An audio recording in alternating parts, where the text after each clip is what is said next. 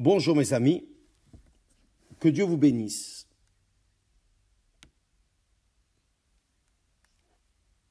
Et je crois que l'Esprit de Dieu va illuminer la compréhension de tous ceux qui participent à cette transmission.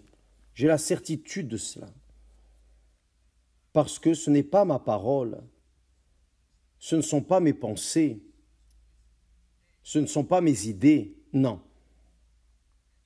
Je demande à Dieu qu'il me donne les bonnes paroles pour exprimer, pour passer, repasser comme notre pain quotidien à ceux qui ont soif, qui ont faim, soif d'eau vive, faim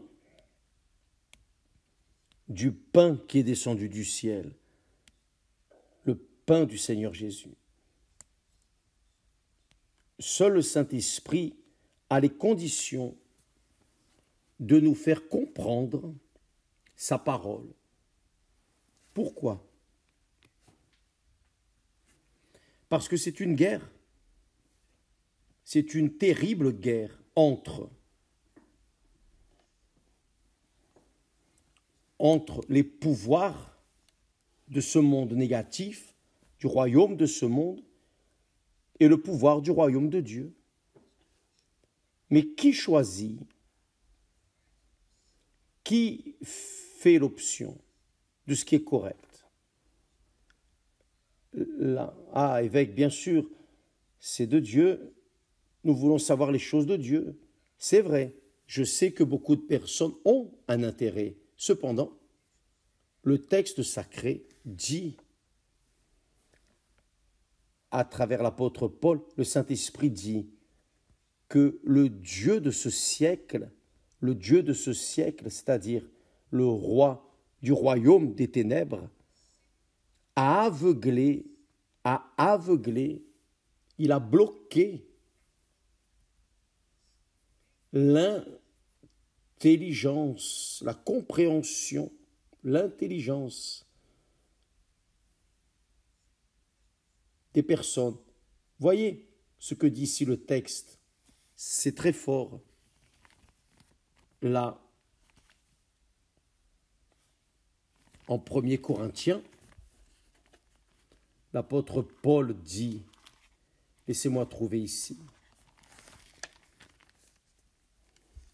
1er ou 2e Corinthiens, 2e Corinthiens, chapitre 4, verset 4. Vous allez trouver cela. Il est dit,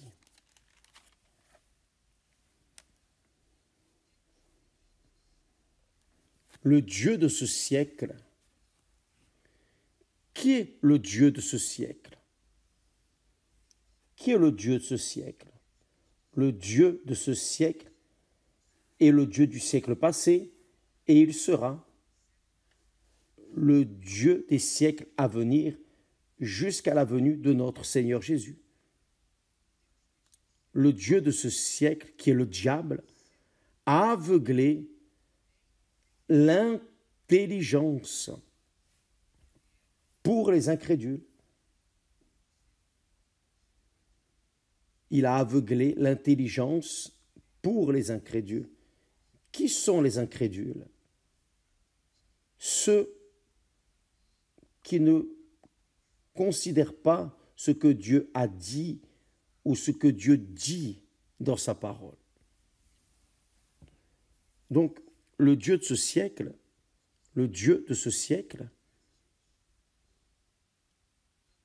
fait les personnes marcher par ce qu'elles voient, croire en ce qu'elles prennent, touchent, sentent. C'est cela. Le Dieu de ce siècle fait en sorte que les personnes restent incrédules, sceptiques, athées. Pourquoi? Parce que le Dieu de ce siècle rempli d'informations, l'éclat de ce monde, le royaume, l'éclat du royaume des ténèbres, qui est le royaume de ce monde. Mais grâce à Dieu, que le Seigneur Jésus est venu et à apporter le royaume de la lumière, le royaume de Dieu. Le royaume de Dieu est parvenu à vous. Le Seigneur Jésus a dit, et je crois que le royaume de Dieu est parvenu jusqu'à vous. Vous qui êtes intéressés dans les choses de Dieu, à écouter la parole de Dieu, vous n'êtes pas une personne incrédule. Parce que l'incrédule ne veut pas assister, ne veut pas savoir ce qui est écrit dans les Saintes Écritures. L'incrédule veut prendre possession des choses du royaume de ce monde. Donc, qu'arrive-t-il? Le Dieu de ce siècle a aveuglé l'intelligence des incrédules afin qu'ils ne voient pas briller la splendeur de l'Évangile,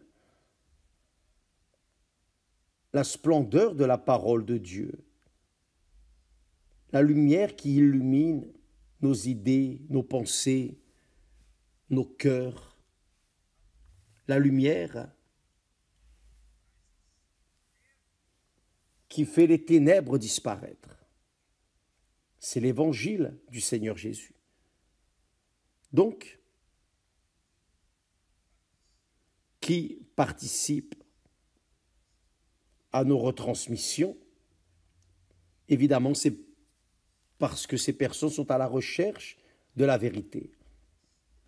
Elles ont soif de la vérité. Et que le Saint-Esprit vienne ouvrir la compréhension de tous ceux qui ont soif, qui ont faim du pain qui est descendu du ciel et les rassasie. Voyez, faites attention. Très attention. Cela est très intéressant. Voyez ce que Dieu dit. Dieu a parlé. Ces paroles, je me souviens que nous les avons utilisées durant l'inauguration du temple de Salomon. C'est la parole que Dieu nous a donnée à cet instant. Et c'est la parole que nous voulons que vous sachiez. Le texte dit, le prophète Jérémie, utilisé par le Saint-Esprit, a dit, « Ainsi parle l'Éternel. » Point. Qu'a-t-il parlé? 2 points. Que le sage ne se glorifie pas de sa sagesse. Que le fort ne se glorifie pas de sa force. Que le riche ne se glorifie pas de sa richesse, mais que celui qui veut se glorifier, mais que celui qui veut se glorifier, se glorifie d'avoir de l'intelligence et de me connaître, d'avoir de l'intelligence et de me connaître, de savoir que je suis l'Éternel, qui exerce la bonté, je fais le bien, le droit et la justice sur la terre, car c'est à cela que je prends plaisir, dit l'Éternel. Jérémie, chapitre 9, versets 23-24. Quelle chose glorieuse! Vous savez ce qu'il veut dire ici? À cette époque, le temple était rempli de sages et de riches, de puissants. Le top du Brésil était là, présent, à l'inauguration du temple de Salomon. Sauf que il se glorifiait et se glorifie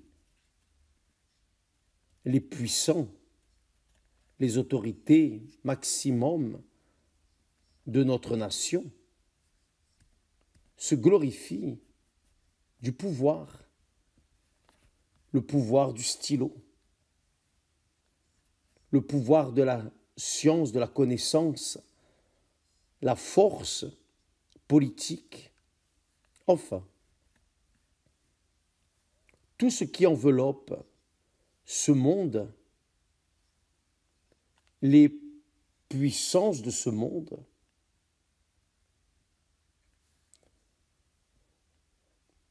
et ce qui fait les fous chercher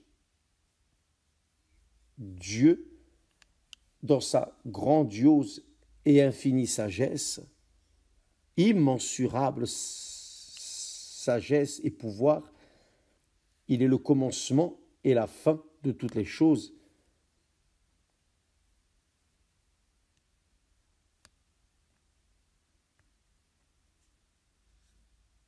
Il est très grand, notre Père. Voyez, Dieu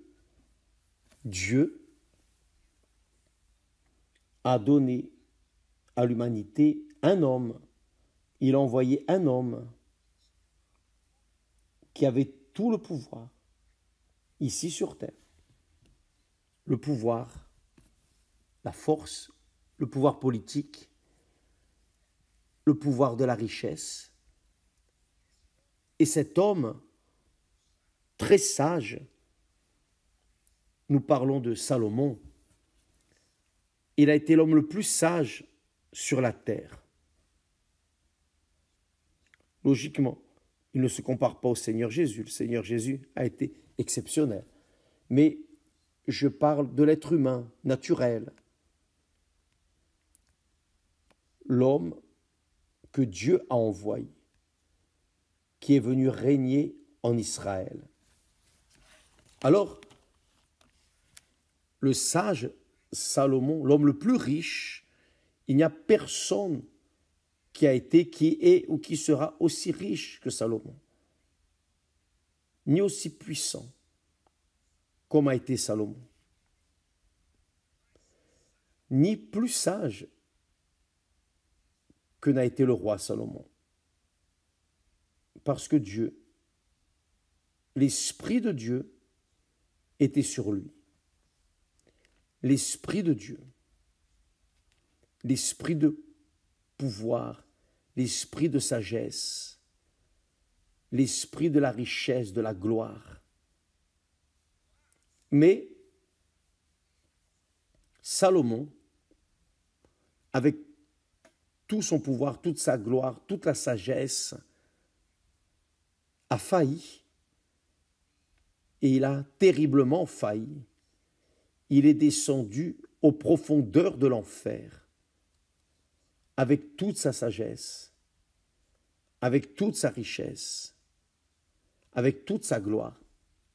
Il est descendu aux profondeurs de l'enfer à cause du fait d'avoir péché contre Dieu. Dieu lui a tout donné, à l'exemple d'Adam et Ève. Mais il a tout jeté par la fenêtre, comme l'ont fait Adam et Ève, comme le fait l'être humain normalement. Mais Salomon a dit, dirigé par le Saint-Esprit, quand il était dirigé par le Saint-Esprit, il a dit, les yeux ne se fatiguent pas de voir, les yeux ne se fatiguent pas de voir, et les oreilles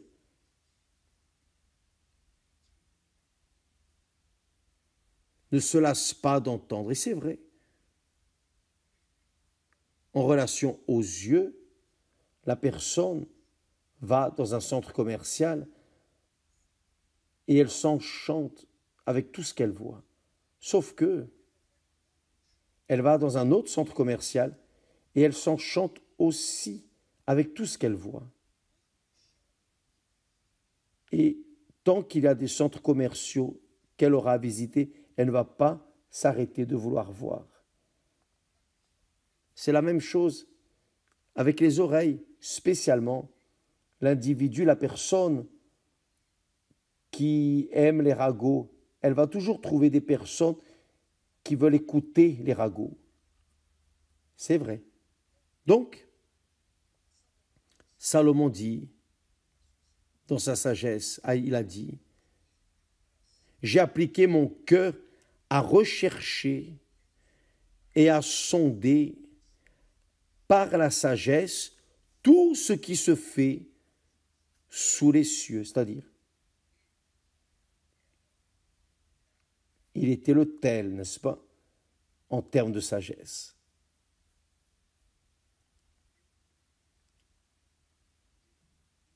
J'ai appliqué mon cœur à rechercher et à sonder par la sagesse tout ce qui se fait sous les cieux. Et il dit, c'est là une occupation pénible, c'est-à-dire la recherche de la sagesse, la recherche d'informations. Il a dit, c'est là une occupation pénible. Cette recherche est pénible.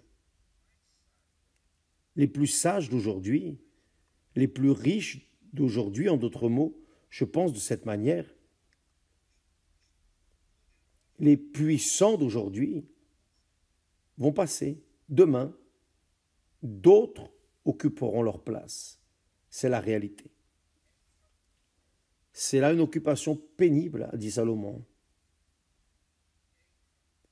C'est là une occupation pénible. Et il dit, j'ai vu tout ce qui se fait sous le soleil, c'est-à-dire ici sur terre, et voici, tout est vanité et poursuite du vent. Vanité et poursuite du vent. L'esprit de la vanité n'est jamais satisfait. L'esprit de la vanité est toujours en train de convoiter plus et plus et plus. Il n'est jamais satisfait. C'est comme il a dit initialement, l'œil n'est jamais rassasié, l'oreille ne se lasse jamais. J'ai dit en mon cœur, voyez ce que Salomon a dit. J'ai dit en mon cœur, voici, j'ai grandi, lui, Salomon, pensant qu'il avait grandi. Voici, j'ai grandi et surpassé en sagesse tous ceux qui ont dominé avant moi sur Jérusalem. Et mon cœur a vu beaucoup de sagesse et de science. J'ai appliqué mon cœur à connaître la sagesse et à connaître la sottise et la folie. J'ai compris que cela aussi, c'est la poursuite du vent. Voyez qu'il parle de sagesse. Sagesse concerne l'intelligence, le rationnel. Il ne parle pas d'âme, de sentiment.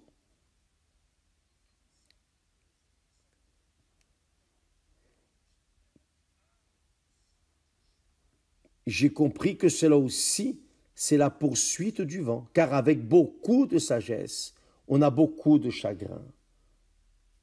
Beaucoup de chagrin. Et celui qui augmente sa science augmente sa douleur. Donc, nous vérifions, nous pouvons conférer dans la propre parole de Dieu que la véritable sagesse, la sagesse qui apporte des fruits utiles, ce n'est pas celle d'être décoré d'un prix Nobel.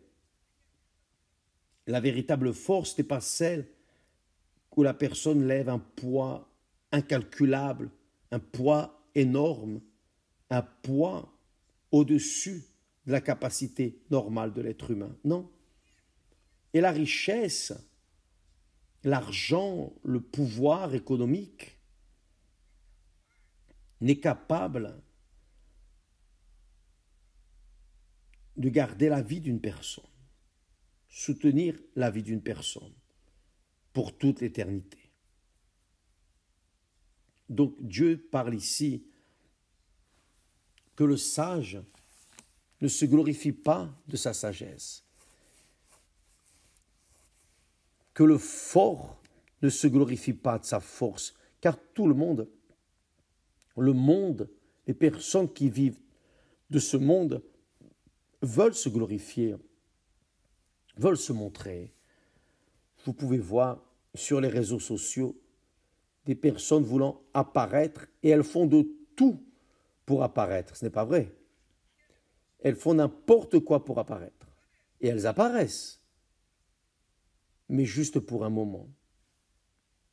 Excusez-moi.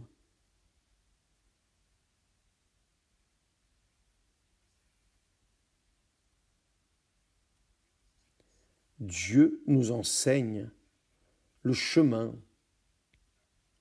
de la gloire, de la sagesse, du pouvoir. Voyez, vous voulez être glorifié, vous voulez être honoré, vous voulez être reconnu, vous voulez ostenter des richesses, de la gloire et tout le reste que ce monde offre, ce sera pénible pour vous. Vous n'allez pas réussir. Vous n'allez pas réussir. Vous pouvez réussir pour quelques moments, quelques instants, quelques moments. Ensuite, viennent d'autres et ils occupent votre place. Et ainsi chemine l'humanité. Quelle est la plus grande gloire de l'être humain? C'est ce que Dieu parle. Quelle est la plus grande gloire que l'homme peut avoir? La plus grande gloire de l'être humain, c'est de connaître Dieu. C'est de connaître le Créateur des cieux et de la terre. C'est d'avoir une intimité avec le Dieu très haut. C'est être instrument de la volonté de ce Dieu invisible, grand, tout-puissant, être son instrument ici sur terre. Donc, que le sage ne se glorifie pas de sa sagesse, de ses informations, de ses diplômes, que le fort ne se glorifie pas de sa force, sa puissance, le tout-puissant ici sur terre, qui est tout-puissant pour l'instant, juste pour un moment. Que le riche ne se glorifie pas de sa richesse ou de ses richesses, mais que celui qui veut se glorifie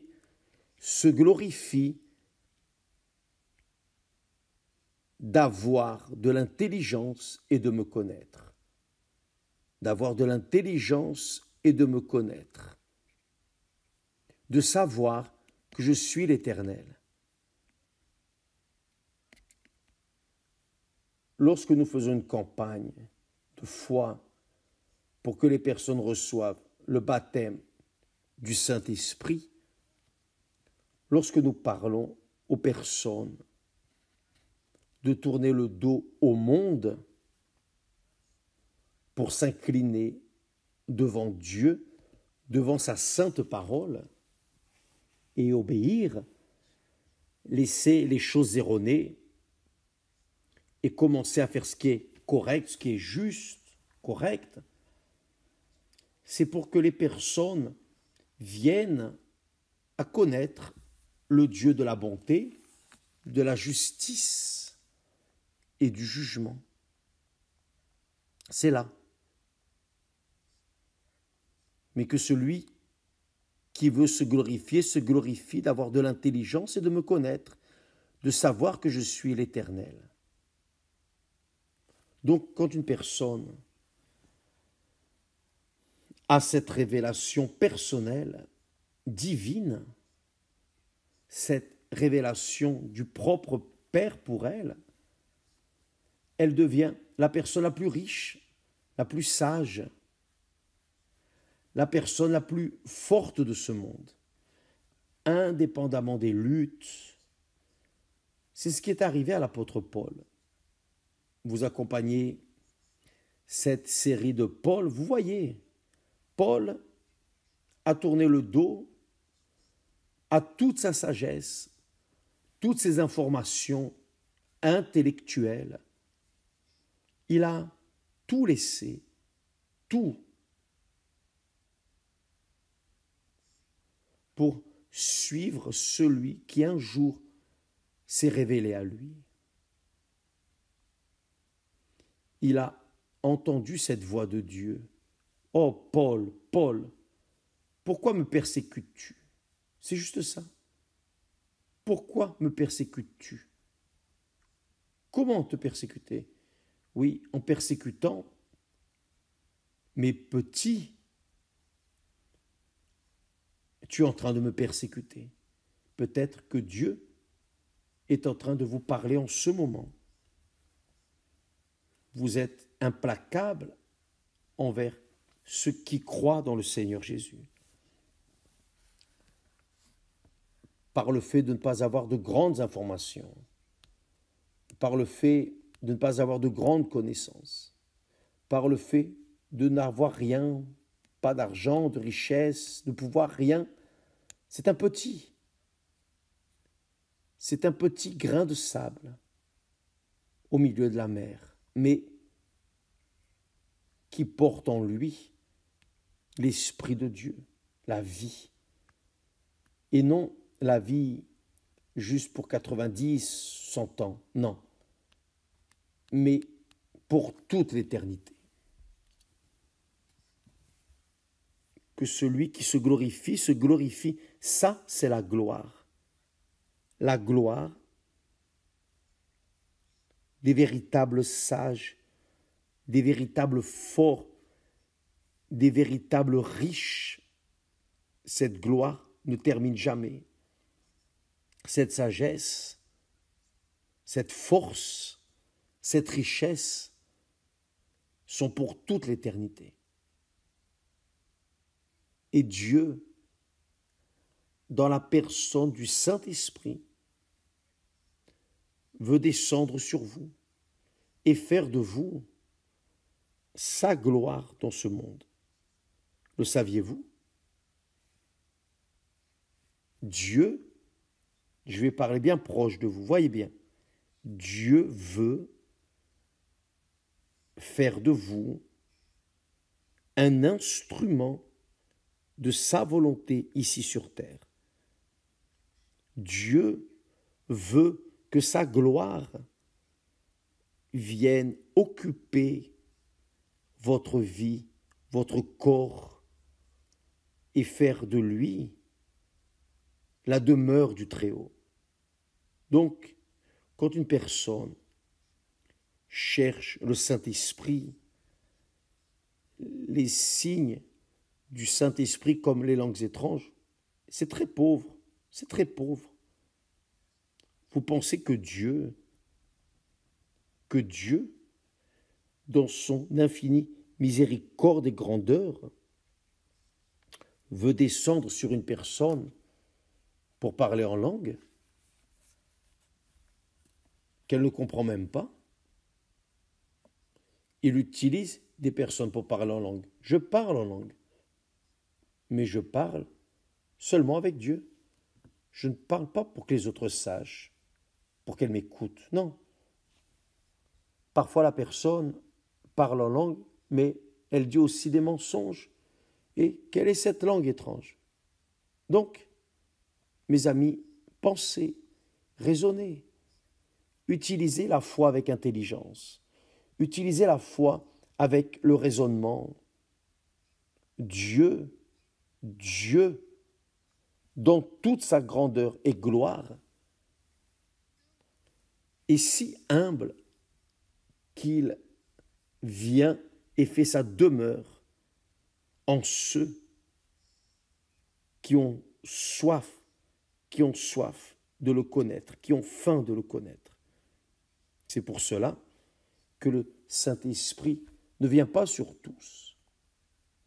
La plupart qui cherchent le Saint-Esprit cherchent des signes, cherchent des langues, cherchent la gloire de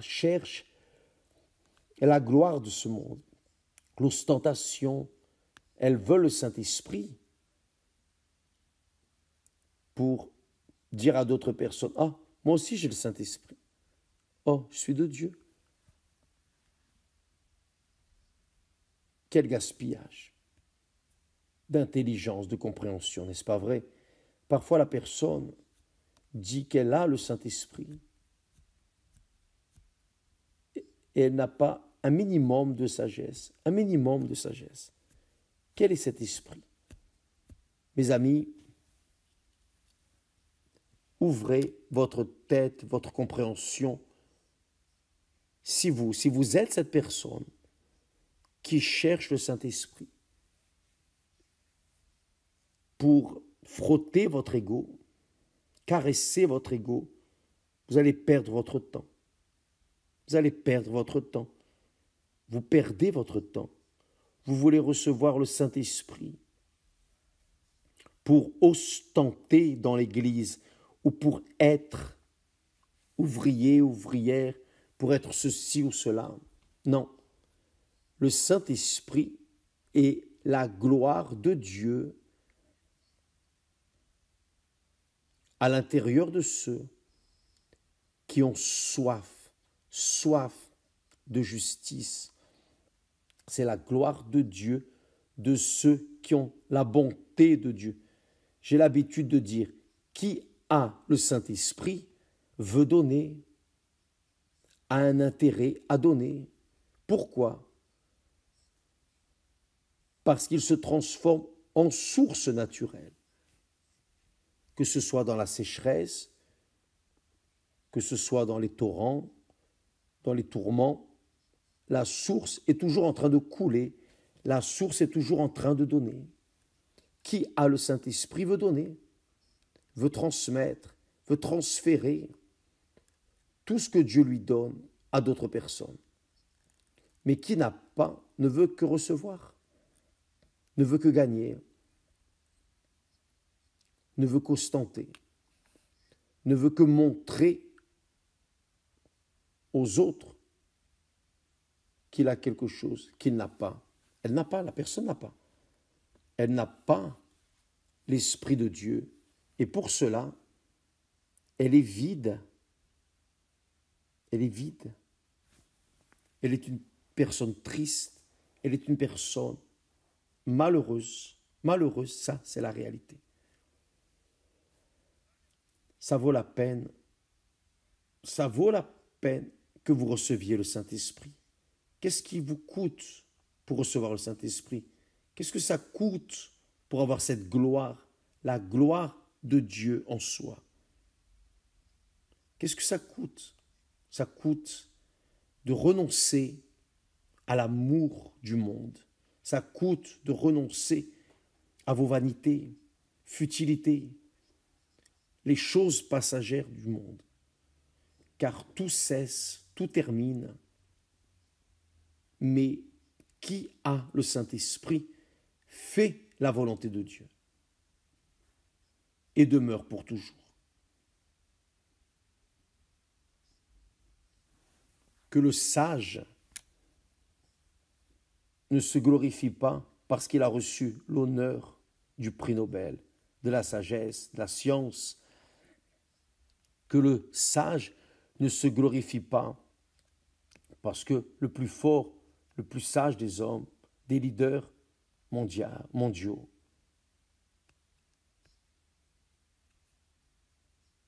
qui ne se glorifie pas, que le riche ne se glorifie pas dans ses richesses, parce que tout reste là. L'argent, c'est du papier. L'or, c'est du métal. Tout reste là. Tout cesse, tout termine. Mais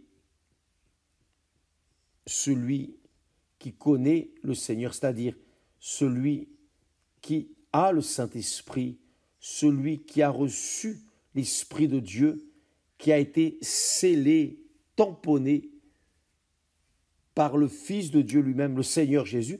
C'est le Seigneur Jésus qui nous donne le Saint-Esprit. Personne ne peut avoir le Saint-Esprit sans passer par le Seigneur Jésus. Le Seigneur Jésus est la porte. Donc sans le Seigneur Jésus, c'est impossible d'avoir le Saint-Esprit. Donc quand la personne reçoit le Saint-Esprit, elle devient naturellement la personne la plus sage, la plus riche, la plus puissante, la plus forte de ce monde. Lorsque l'on parle des chardes dans la chair, les chardes dans la chair n'est rien pour qui a le Saint-Esprit. C'est pour cela que Dieu a dit à Paul, « Ma grâce te suffit. » Juste ça, c'est fini. Quelle merveille, mes amis. Des luttes, des problèmes, des difficultés ne vont pas arracher de ceux qui ont le Saint-Esprit la paix, ne vont pas arracher la richesse, ne vont pas arracher la sagesse, ne vont pas enlever quoi que ce soit d'elle, car ce que Dieu nous donne est pour toute l'éternité, toute l'éternité. Et l'éternité commence quand nous connaissons le Seigneur, que le sage ne se glorifie pas de sa sagesse, que le fort ne se glorifie pas de sa force, que le riche ne se glorifie pas de sa richesse, mais que celui qui veut se glorifie d'avoir de l'intelligence et de me connaître, de savoir que je suis l'Éternel. Il n'y a pas d'autre Seigneur, il y a un unique Seigneur, le Seigneur des cieux, de la terre, de tout l'infini, le Tout-Puissant, celui qui a dit « Je suis ce que je suis » grâce à Dieu. Dieu n'était pas, Dieu ne sera pas, Dieu est. Il est toujours le même, hier, aujourd'hui et éternellement. Ainsi se produit avec ceux qui le connaissent. Que Dieu vous bénisse tous au nom du Seigneur Jésus et que tous ceux qui n'ont pas encore le Saint-Esprit viennent avoir cette conscience que s'ils veulent être riches, puissants, sages, forts, il faut avoir le Saint-Esprit. Dans le cas contraire, rien n'est fait. À demain. Que Dieu vous bénisse au nom du Seigneur Jésus. Amen. Ah, n'oubliez pas, aujourd'hui, mercredi, les réunions sont dédiées aux personnes qui veulent avoir une rencontre avec Dieu et aussi les personnes qui veulent s'alimenter de la parole de Dieu, avoir leur moment avec Dieu. N'importe quelle église universelle, nous serons en train de dédier des moments d'intimité avec Dieu. Et la campagne de la justice ne termine pas ce dimanche, elle continue, car tant que le juste juge ne sera pas connu par vous, ça ne sert à rien, toutes les luttes que nous menons pour conquérir. Nous devons conquérir. Vous devez le conquérir. Vous devez le conquérir. Le prix à payer, payez. Faites ce qui doit être fait, mais courez après pour que vous soyez une source. Le Seigneur Jésus a dit, celui qui boit l'eau, c'est-à-dire de l'esprit que je lui donne, cette eau, le Saint-Esprit, deviendra en lui une source qui coulera pour toute l'éternité. Donc ça vaut la peine de vous immerger dans la recherche et pour recevoir le Saint-Esprit. Que Dieu vous bénisse et à demain, grâce à Dieu.